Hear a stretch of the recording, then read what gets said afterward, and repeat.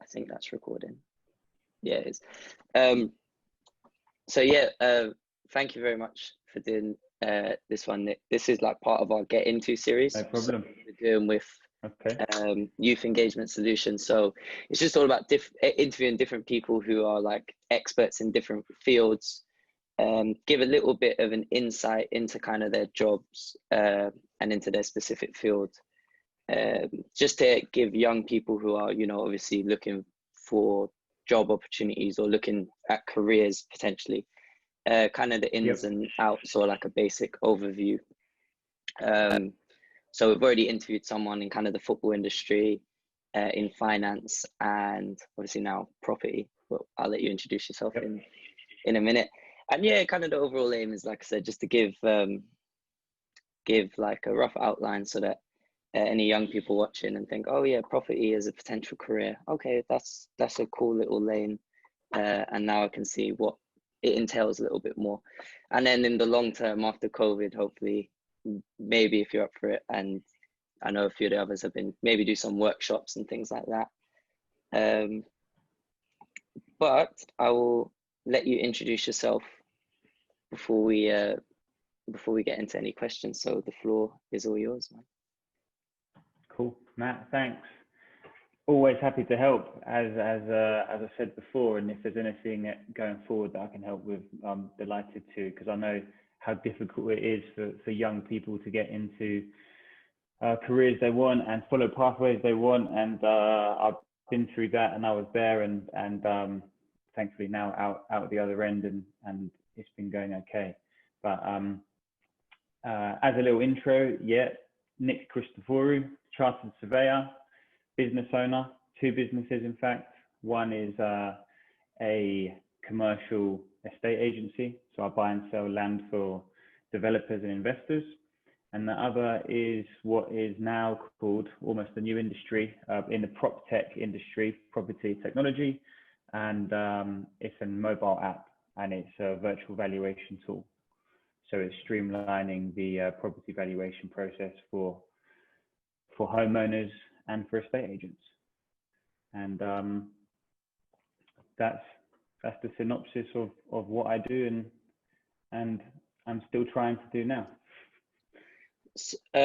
So because I'm quite interested in like the property tech kind of stuff, so we'll get into kind of that in a bit, because I know that kind of came later, a bit more recently.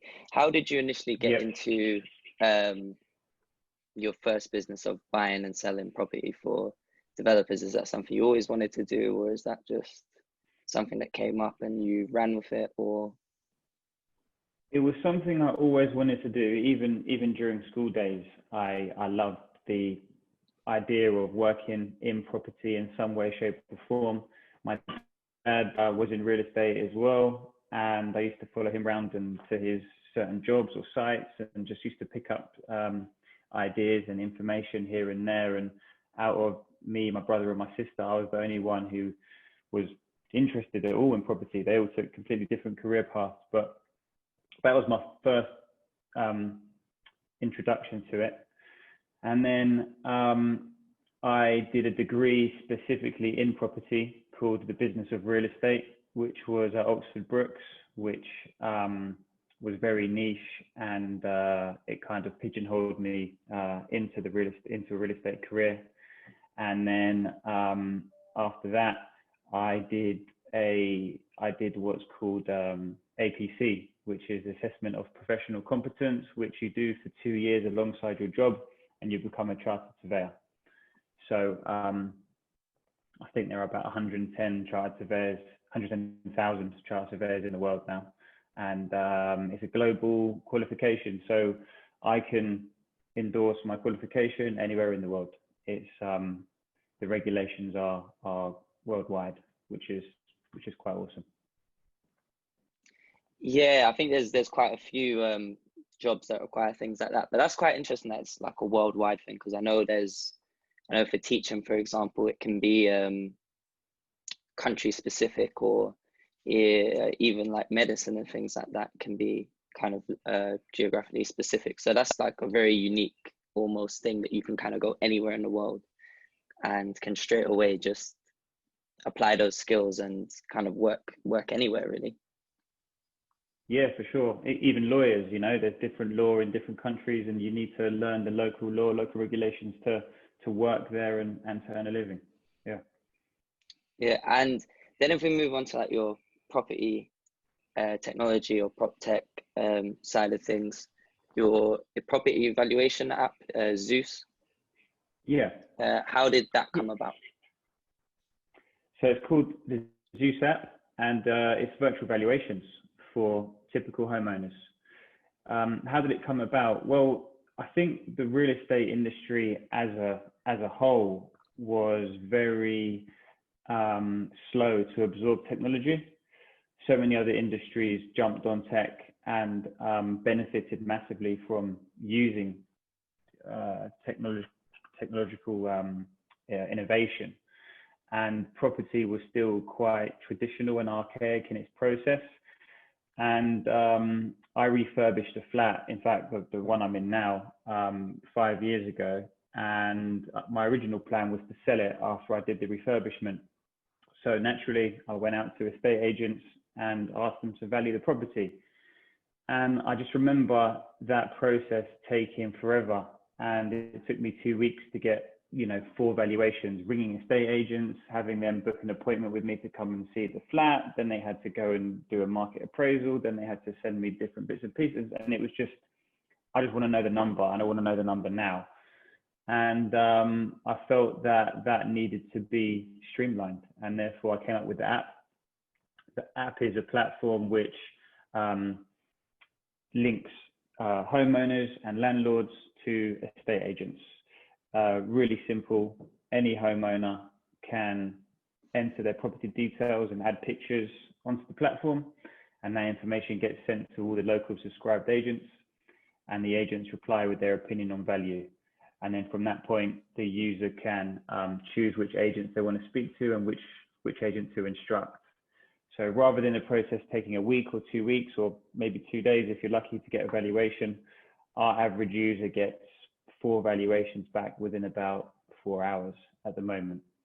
So we have created a really accurate valuation tool, and we feel we've opened up a whole new facility for people, and it's growing, and we're well placed in the current marketplace.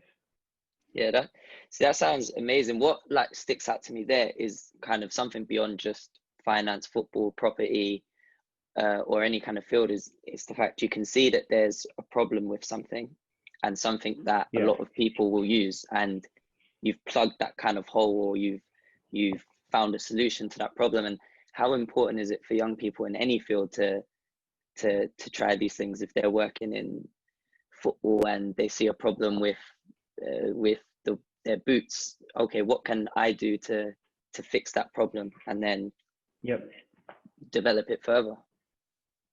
Yep, the problem solving is super valuable across all industries, and if there's a genuine problem and a genuine fix that adds value, then its chances are it's going to be successful if it's executed well. Yeah.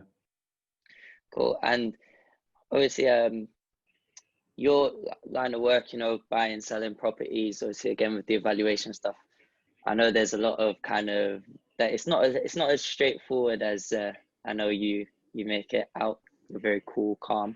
So what kind of challenges or struggles do you think you've experienced throughout your career so far? There's tons of challenges, tons of issues along the way.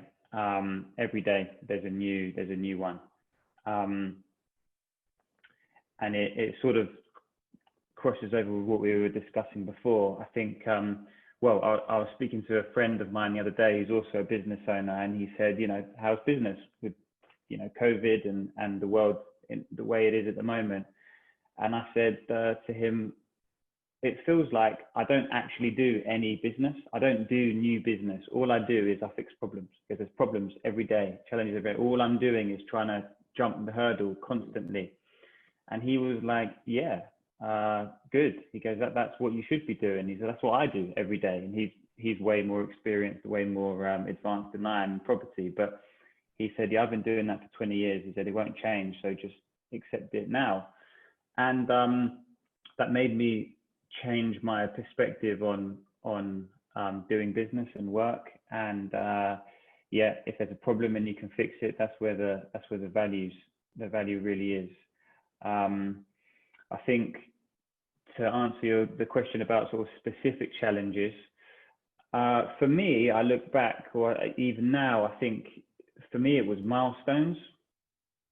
So I guess I was a little bit unfortunate with my milestones timing wise. So I graduated in 2008, and there was a massive recession at the time.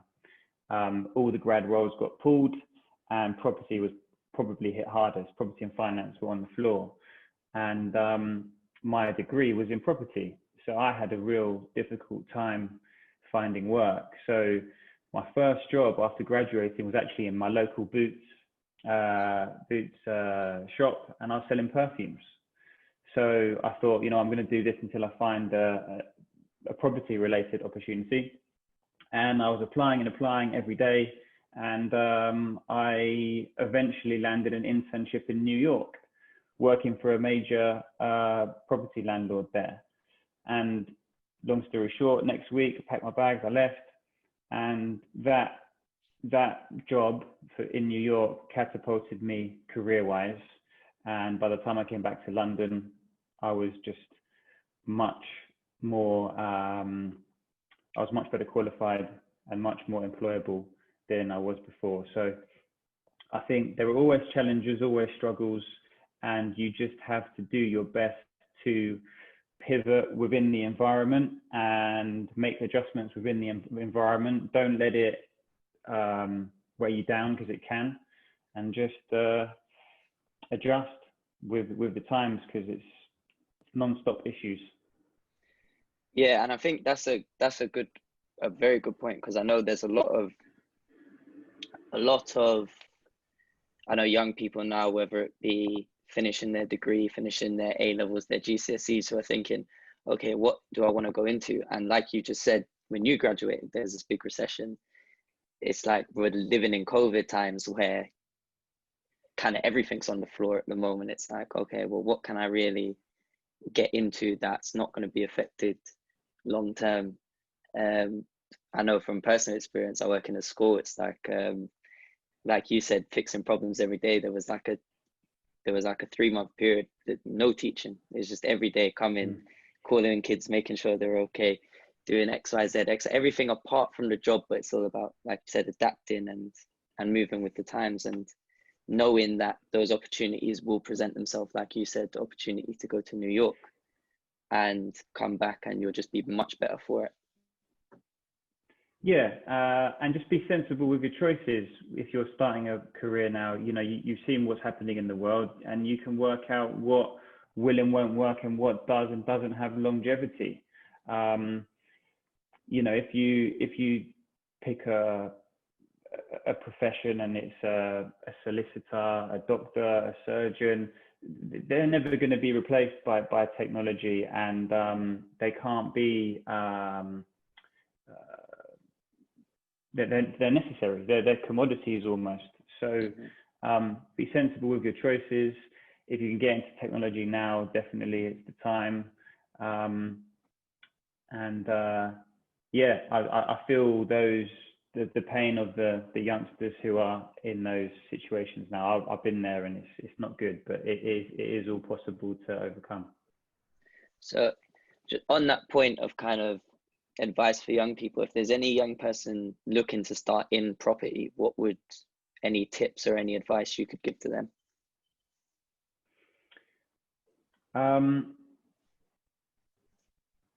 I would say there's a few. I think obviously there's the cliche of work hard. I think that's so true. There's never a substitute for that. There's no secret formula. A lot of people, it appears from the outside that they've made a huge success or created a lot of wealth overnight. it doesn't happen, and those stories are few and far between. But definitely work hard. And I think the one thing that I really benefited from, which I always tell young people, is whenever you apply for a job or you get a job, make sure you work with the top people in that company, and make sure you work alongside them, with them, in the same room as them, the key individuals and the key decision makers, because they're the guys that, in my opinion, you want to follow, particularly if you want to set up your own business. Absorb from them, learn from them, and take all the good, filter the bad, and create your own thing. But in all the jobs that I did, I was lucky enough to work with the top people, and that helped me massively. Yeah. So I would say try, if you can, to find those roles. Yeah, I think that's, like you said, man, work hard in any environment, in anything you want to do. Studies, I keep going back to sports just because I know that's something, you know, both of us know very well. Yeah. Finance, property, you know, medicine, whatever, you know, work hard, and like you said, surround yourself with the right people, and there's no going wrong, man. Definitely. And yeah. on like a final note, if you were now, let's say it's 2020, and instead of you being, you know, in the position you're in now, let's say you're 18, let's say younger, 16, just finished GCSEs, maybe looking at A levels, thinking about university, what advice do you think you would give your kind of 15, 16-year-old self now in this kind of current climate? Yeah. Stay positive. No matter how big a challenge seems, it will be overcome. And be sensible with your decisions, as I mentioned before, about, you know, your pathway you're choosing. Is there longevity there? And I think it's still very important, where you can, to balance your professional life and your personal life. I'm not saying, you know, just do work and just work hard and try and take over the world. No, you need as a teenager, you need your social life as well, which I know is tough right now, but have balance, and have a vision, and stick to that vision. I had a vision from very early on that I wanted to be in real estate and run a company, and I've been blessed, and thankfully I've got to that point, and hopefully it continues. But don't deviate from your vision. It can get blurred, certainly in challenging times like now, but stick to it, believe, and keep going. And I'm not saying dream, I'm saying vision. A lot of people say, you know, follow your dreams. I think that's a little bit too what's the word? Cliche. It's a bit more of a fantasy. Yeah, and a cliche. But I think vision's important, and just stick to it. Don't deviate, and smash it, and just focus. Trust the process. It's easy to digress from that, but and it's a bumpy road, but just, trust the process. All right, well, Nick, thank you very much. Like I said, it's only a quick little interview. Hopefully, no problem. Post-COVID, and I know we're about to go into a second lockdown, but we can maybe get you in to do some workshops and some stuff with some of our young people. I'd love to. Just because I think you got, there's like a lot of interesting points that you made, and I think your specific little niche with kind of the property tech stuff sounds so kind of innovative and cutting edge that I know a lot of young people would I don't think a lot of them would have heard of things like that before, so it would have been interesting for them to kind of see it firsthand and whatnot.